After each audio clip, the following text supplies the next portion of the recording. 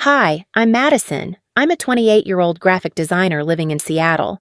I design logos for tech startups, create brand identities for small businesses, and honestly, I love my work. But that Tuesday afternoon, when I borrowed my mom's phone to call an Uber because mine was dead, everything I thought I knew about my family shattered into a million pieces. You know that feeling when you accidentally open the wrong app and find something you were never supposed to see? That split second where your brain tries to process what you're looking at, but it doesn't make sense. That was me, standing in my childhood kitchen, staring at a folder labeled Family Fun that I'd never seen before. 47 photos. 47 moments of pure family joy that I had never been part of. My sister Emma blowing out candles on what looked like her 25th birthday cake, surrounded by my parents, our cousins, and family friends. Dad teaching her how to fish at some lake I'd never been to. Mom and Emma laughing over mimosas at what appeared to be a fancy brunch. Photo after photo of the family I thought I belonged to, living their best lives without me. The timestamp on the first photo read July 15th, 2022. I remember that day clearly because I spent it alone in my apartment, working on a rebranding project for a client, wondering why my family group chat had been so quiet lately. Turns out they were all at Yellowstone National Park, taking family photos by the Old Faithful geyser while I sat at home, completely unaware that I'd been written out of their story. Have you ever felt like an outsider in your own family? Like you're watching their lives through a window, but you can never quite reach the door handle? Because that's exactly how I felt scrolling through those photos, my hands shaking so badly I almost dropped Mom's phone. Each swipe revealed another dagger to my heart. Christmas morning, 2022. Just the three of them opening presents under a tree I'd helped Dad pick out the year before. Emma's graduation from her master's program, an event I'd specifically asked about and been told was just a small ceremony, nothing special. Turns out nothing special meant special enough for a celebration dinner at the Metropolitan Grill, one of Seattle's most expensive restaurants, judging by the wine glasses and the fancy table setting in the background. But the photo that absolutely destroyed me was from Emma's birthday this past March. She was wearing the necklace I'd given her for Christmas, the one I'd saved up for 3 months to buy. She was laughing at something Dad had said, and Mom was looking at her with such pure love and pride. They looked like the perfect family. The family I'd always thought we were, except I was the one taking the mental photo from the outside, looking in. I tried to rationalize it. Maybe these were old photos. Maybe they were from before I moved out. But no, the timestamps don't lie. These weren't ancient history. These were recent, deliberate exclusions from family moments that should have included me. The Uber notification popped up on the screen, snapping me back to reality. Driver arriving in 2 minutes. I quickly closed the folder, my heart pounding so hard I could hear it in my ears. I handed Mom her phone back, mumbled something about the driver being here, and practically ran out of the house. During that 15-minute ride back to my apartment, my mind was racing faster than Seattle traffic. How do you confront a family that's been systematically excluding you without even having the decency to tell you about it? How do you process the fact that while you've been wondering why family dinners felt forced and conversation seemed strained, they've been building beautiful memories without you? That night, I couldn't sleep. I kept replaying every family interaction from the past 18 months, looking for clues I'd missed.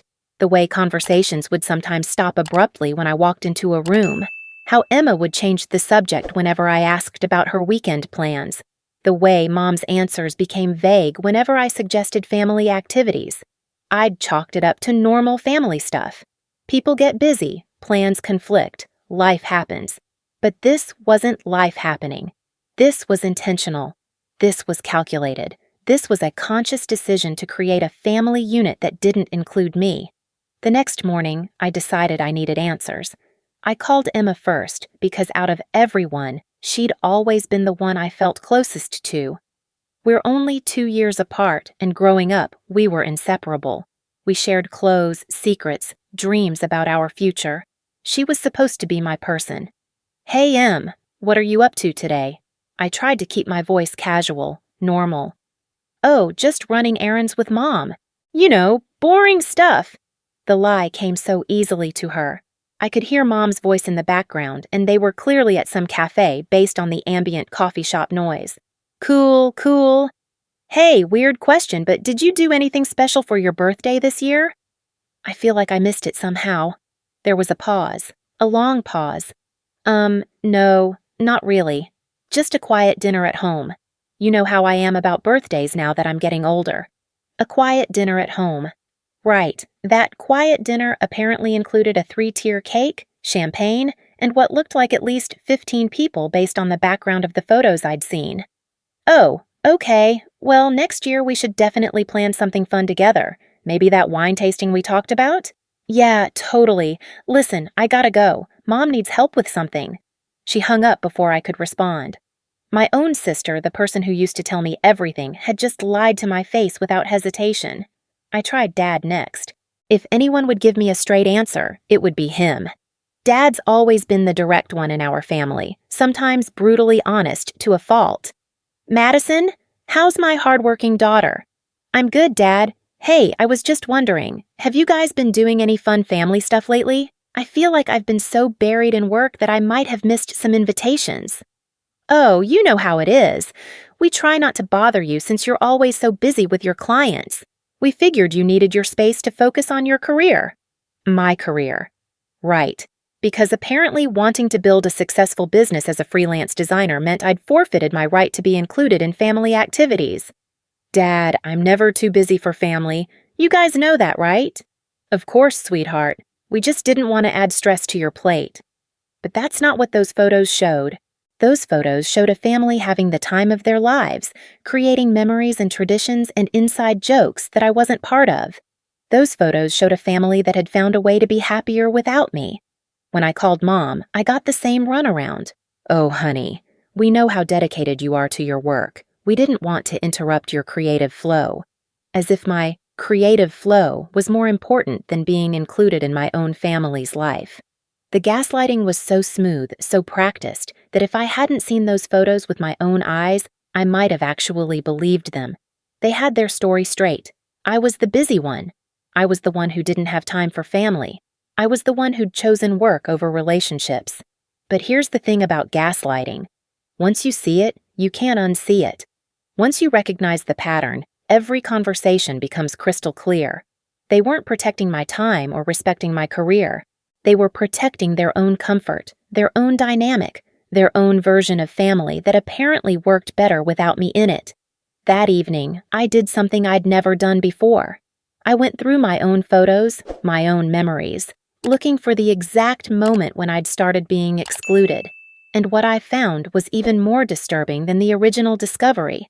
It started about 18 months ago, right after I'd landed my biggest client yet. A tech startup that needed a complete rebrand. I was excited, proud, maybe a little stressed about the workload, but definitely not unavailable for family time. That's also around the time Emma moved back home after her breakup with her long-term boyfriend Marcus. Suddenly, the pattern became clear. Emma moves back home, becomes the center of attention again, and somehow there's no room for both of us in my parents' world. It's like they could only handle one daughter at a time, and they'd chosen her. I thought about the family locket that Grandma Rose had given me on my 16th birthday. It was this beautiful vintage piece with intricate engravings, and inside was a tiny photo of our whole family from that Christmas. Grandma had smiled when she clasped it around my neck and said, "For my special granddaughter who brings joy to every gathering." Brings joy to every gathering. The irony wasn't lost on me now. How can you bring joy to gatherings you're not invited to? I pulled the locket out of my jewelry box and opened it. There we were, Mom, Dad, Emma, and me, all crowded together on the couch, laughing at something Dad had said. We looked happy. We looked like a real family. But apparently, that version of our family had an expiration date, and nobody had bothered to tell me when it expired. The more I thought about it, the more details started clicking into place. Like how Emma always seemed to know family news before I did. How my parents would reference conversations and events that I had no memory of. How holidays started feeling more obligatory and less joyful. how I'd begun to feel like I was performing the role of daughter rather than actually being one. And the worst part?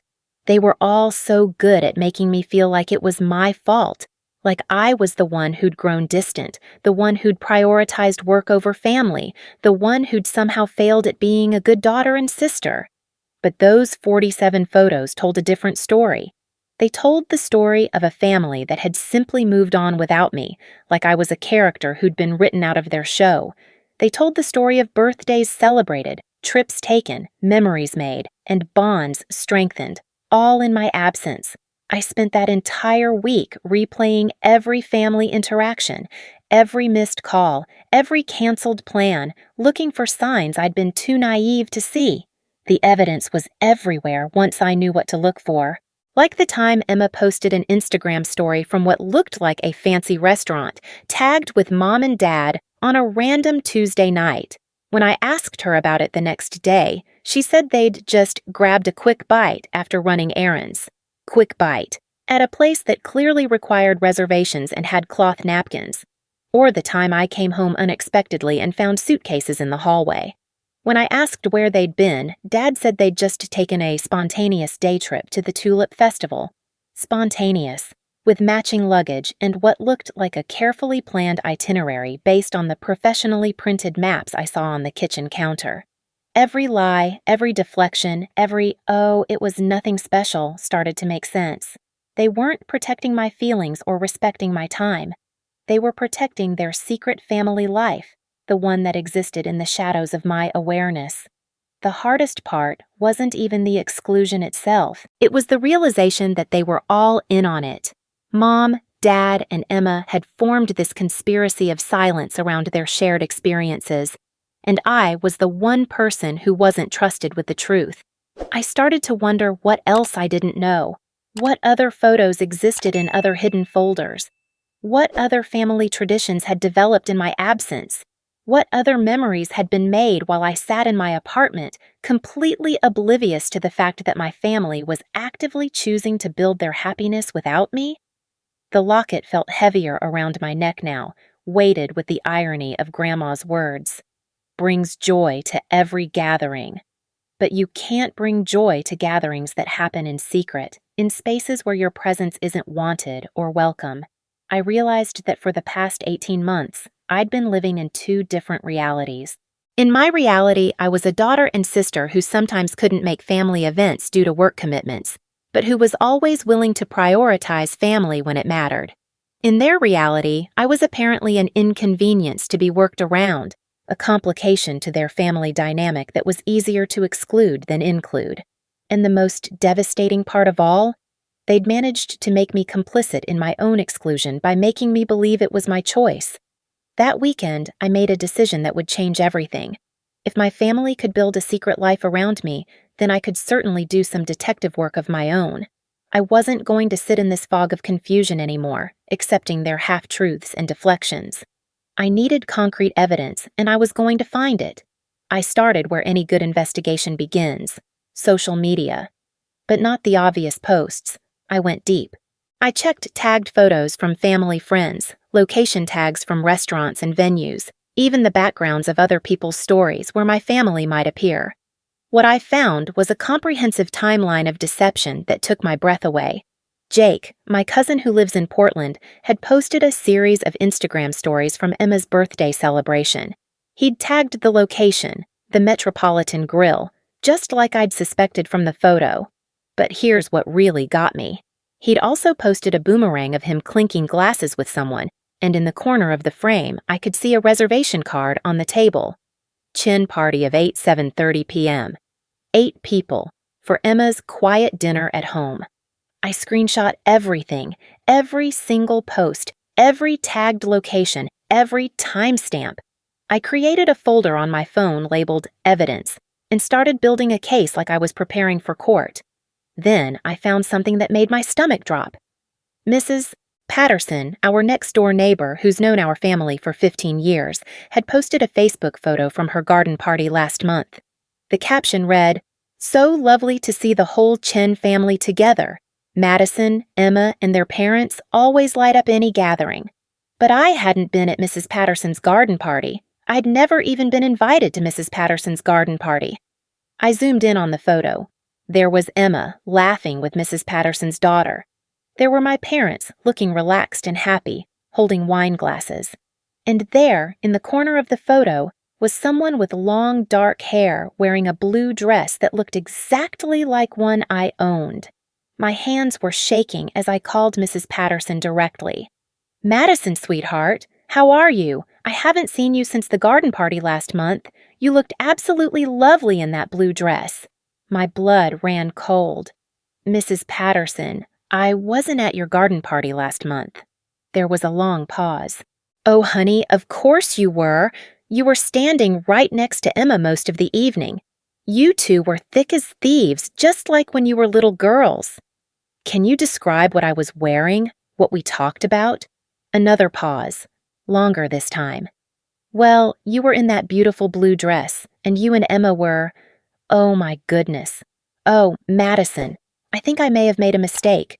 Your sister, she introduced someone as you. A friend of hers, I think. They looked so similar from behind. And with the lighting, Emma had brought someone to pose as me.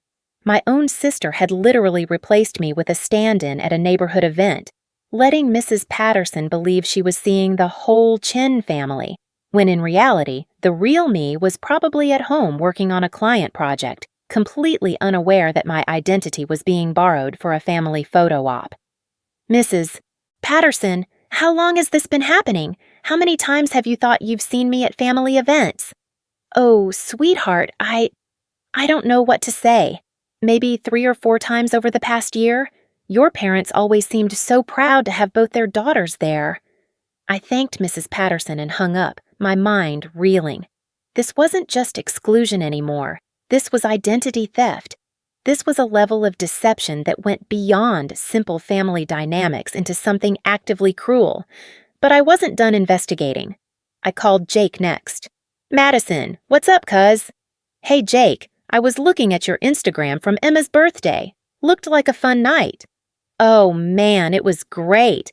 I hadn't seen you in forever. You seemed different though, more, I don't know, quieter than usual." My heart started pounding. "Jake, what did I look like that night? What was I wearing?" You were in this black dress, I think, and your hair was different. More curly? You barely talked to me, actually, which was weird because usually you're the one asking about my job and my girlfriend and stuff." "Jake, I wasn't at Emma's birthday dinner." Silence. Complete silence. "What do you mean you weren't there? I literally sat across from you for 2 hours." "I was never at the Metropolitan Grill. I've never been to the Metropolitan Grill in my entire life. Check your photos again. Look closely at the person you think is me." I could hear him scrolling through his phone. Then, "Oh my God, Madison. Oh my God, this isn't you. Who the hell is this person?" "That's what I'm trying to figure out." Jake was quiet for a long moment. "Madison, if you weren't there, then your family has been lying to me too. Every time I've asked about you, they've said you were doing great, that we'd all just hung out recently. They've been making up stories about conversations between us that never happened." The scope of this deception was staggering. It wasn't just about excluding me from events. They'd created an entire fictional version of our family life to present to extended family and friends. They'd been telling people I was there when I wasn't, maintaining the illusion that we were all still close while systematically cutting me out of the reality. I spent the next few days digging deeper. I found more evidence than I ever wanted to see. Photos from family friends showing me at events I'd never attended. Check-ins at restaurants with captions like, "Great family dinner with mom, dad, and both girls," posted on nights when I was provably somewhere else. The most damning evidence came from my mom's own Facebook account. She'd posted a photo 3 months ago with the caption, "Blessed to have both my daughters home for Sunday dinner. Nothing beats family time." The timestamp showed 6:47 p.m. on a Sunday when I had been at a client meeting in Tacoma until 8 p.m. I had the email confirmations to prove it. But who was this person they'd been passing off as me? I finally got my answer when I found Emma's Venmo transactions. Regular payments to someone named Sarah Kim, always after family events, usually for amounts between $50 and $100. The memo line always said the same thing. "Thanks for tonight, Sarah Kim." They'd been paying someone to impersonate me at family gatherings. I found Sarah's Instagram through Emma's following list. She was a drama student at University of Washington, and scrolling through her photos, I could see why they'd chosen her. From a distance, with the right styling, we could definitely pass for sisters. She was approximately my height, similar build, similar hair color. In the right lighting, with people who didn't know me well, she could absolutely pull off being Emma's sister. But the most devastating discovery was in Sarah's tagged photos. She'd been documenting these performances, not knowing I existed, thinking she was just doing some weird acting gig for her friend Emma. Her captions told the story from her perspective. "Another fun family dinner gig with Emma's parents. They're so sweet." And "grateful for this regular acting work. Emma's family feels like my own now." Emma's family. Not our family. Emma's family. Even the person they'd hired to replace me understood whose family this really was. I screenshot everything. Every Venmo payment, every tagged photo, every social media post that showed me at events I'd never attended. I had a comprehensive case file that would make any private investigator proud. But evidence isn't the same as justice. Evidence isn't the same as resolution. I had proof of what they'd done, but I still needed to decide what to do with it. The opportunity came 2 weeks later when Emma called to invite me to a family dinner. "Just a casual Sunday thing," she said. "Mom's making her famous pot roast." For the first time in months, I said yes. I arrived at the family house on Sunday evening carrying a folder that contained printouts of everything I'd discovered. Every photo, every social media post, every Venmo transaction, every lie they'd told to family and friends. I also brought something else, the family locket that Grandma Rose had given me, and inside it, I'd replaced our old family photo with one of the pictures I'd found of Sarah Kim posing with my parents and Emma. When I walked into the dining room, they all looked genuinely surprised to see me. Not happy surprised, just surprised. Like they'd forgotten they'd invited me, or maybe they'd hoped I wouldn't show up. "Madison, you made it," Mom said, but her smile didn't reach her eyes. "Wouldn't miss it," I replied, taking my usual seat at the table. "It's been too long since we've all been together as a family." Dad carved the roast while making small talk about work and weather. Emma was unusually quiet, checking her phone more than normal. The conversation felt forced, like we were all actors who'd forgotten our lines. Then, Mom made the mistake that gave me my opening. "Emma was just telling us about that lovely dinner she had with her college friends last week. So nice when young people maintain their friendships." I looked directly at Emma. "Which dinner was that?" Emma's face went pale. Just a casual thing, nothing special." Funny, because Jake posted some really nice photos from that dinner. Beautiful restaurant. The Metropolitan Grill, right? The silence that followed was deafening. You could hear the grandfather clock in the hallway ticking, the soft hum of the refrigerator in the kitchen, the sound of Dad's fork hitting his plate as he set it down. "I'm not sure what you mean," Emma said carefully. This was it. This was my moment. I reached into my purse and pulled out the folder. I spread the contents across the dining room table like I was dealing cards. Photos of Sarah Kim with my family. Screenshots of Venmo payments. Social media posts claiming I was present at events when I was provably elsewhere. The evidence of their 18-month deception laid out in black and white. 47 family photos I was excluded from, I said, my voice steady despite my racing heart. But that's not even the worst part. The worst part is that you've been hiring someone to replace me. You've been paying Sarah Kim to pretend to be me at family events so that our relatives and friends don't ask uncomfortable questions about where Madison is. Mom's hand flew to her mouth. Dad stared at the papers like they were written in a foreign language. Emma just sat there, caught. "Madison, let me explain," Mom started. "No, I've heard enough explanations. I've heard 18 months of explanations about how busy I am, how you didn't want to bother me, how you thought I needed space.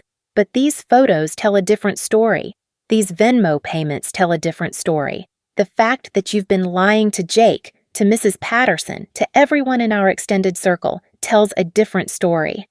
I picked up one of the photos of Sarah Kim with my parents. This woman has been to more family dinners in the past year than I have.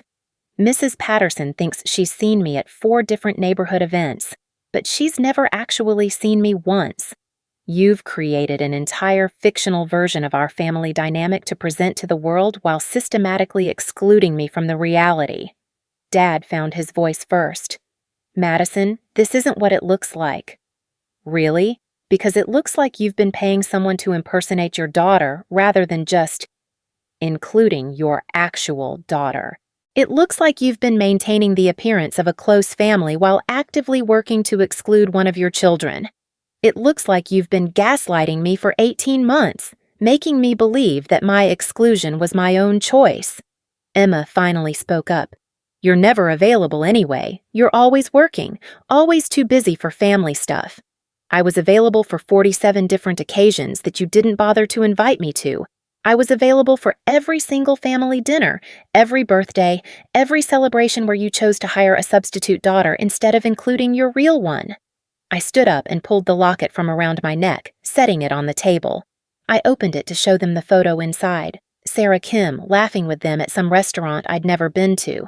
Grandma gave me this locket and told me it was for her granddaughter who brings joy to every gathering, but you can't bring joy to gatherings you're not invited to. And apparently, you found someone who could bring more joy than I ever did. The room was completely silent except for the sound of Mom crying. I don't understand how we got here, I continued. I don't understand when I stopped being your daughter and started being a problem to be solved, but I understand now that you've built a family that works better without me in it, so I'm going to make it easier for everyone. I reached into my purse and pulled out my phone. I'd already drafted the text message. I read it aloud before hitting send. Don't contact me again until you can explain 47 family moments without me, 18 months of lies to our relatives, and why hiring a stranger to replace me felt like a better option than just loving your actual daughter.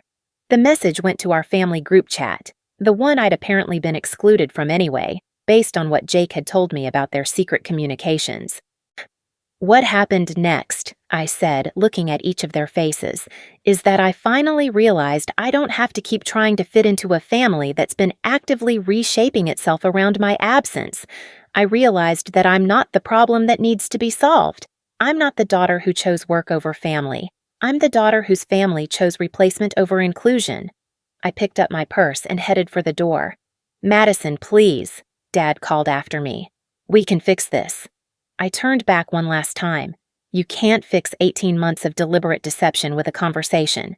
You can't fix paying someone to pretend to be me with an apology.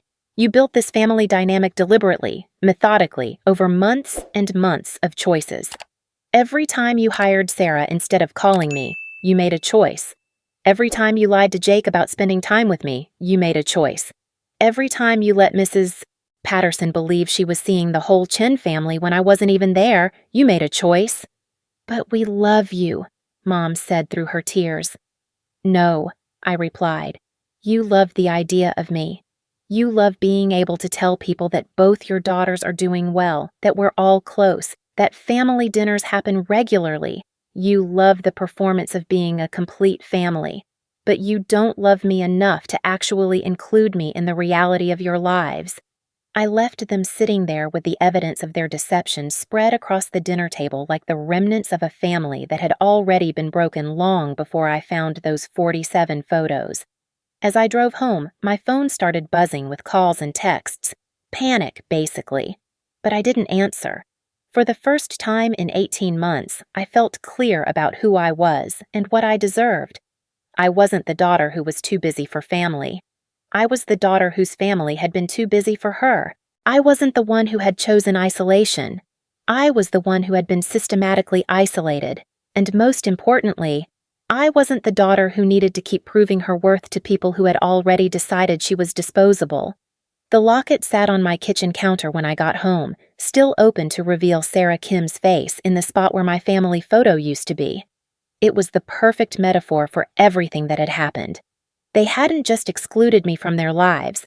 They'd replaced me entirely, then convinced themselves and everyone around them that this replacement was somehow better than the real thing. But I knew something they didn't understand yet. You can hire someone to fill a role, but you can't hire someone to fill a relationship. Sarah Kim could show up to dinners and smile for photos, but she couldn't replicate 18 years of shared history, inside jokes, childhood memories, and genuine love. The tragedy wasn't that they'd excluded me. The tragedy was that they'd chosen a performance over authenticity, chosen comfort over confrontation, chosen the easy lie over the difficult truth. And in doing so, they'd lost something irreplaceable. Not Sarah Kim, who was just a young woman trying to make some extra money. They'd lost me, the real me, the daughter who would have shown up to every single one of those 47 moments if she'd just been asked.